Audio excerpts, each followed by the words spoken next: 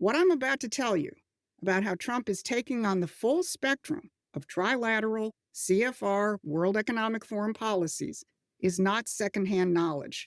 It comes from decades of frontline experience. So in this week's update, I'm going to show you how Trump's foreign policy offensive takes the meat axe to Huntington's clash of civilizations policy, how Trump's takeover of Washington, D.C. law enforcement means that finally, someone is serious about undoing the deliberate destruction of our cities, which Huntington had a hand in, and how Trump's manufacturing revolution shatters the very basis for the empire's social, geopolitical, and economic control.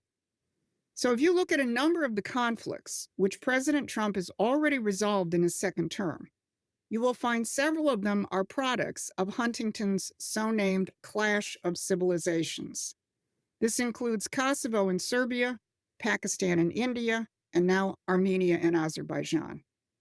Having served in Jimmy Carter's National Security Council, Huntington was the perfect pick for British geopoliticians after the collapse of the Soviet Empire, because they had to come up with a strategy to keep their perpetual war machine going. Huntington published his first version of The Clash of Civilizations in 1993 in the CFR's Foreign Affairs magazine. In that, Huntington claimed that future conflicts will be dominated by contending civilizations and that Islam is the permanent enemy of Western civilization.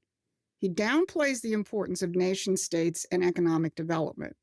That's not surprising, because the empire wants to get rid of nation-states and to control economic development through their globalist institutions.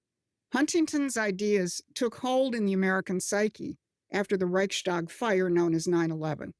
The fact that it was British and American intelligence services that were behind the perpetual wars and behind the deliberate fostering of groups like the Muslim Brotherhood, ISIS, and Hamas was kept out of the picture in order to build up Islam is the enemy image.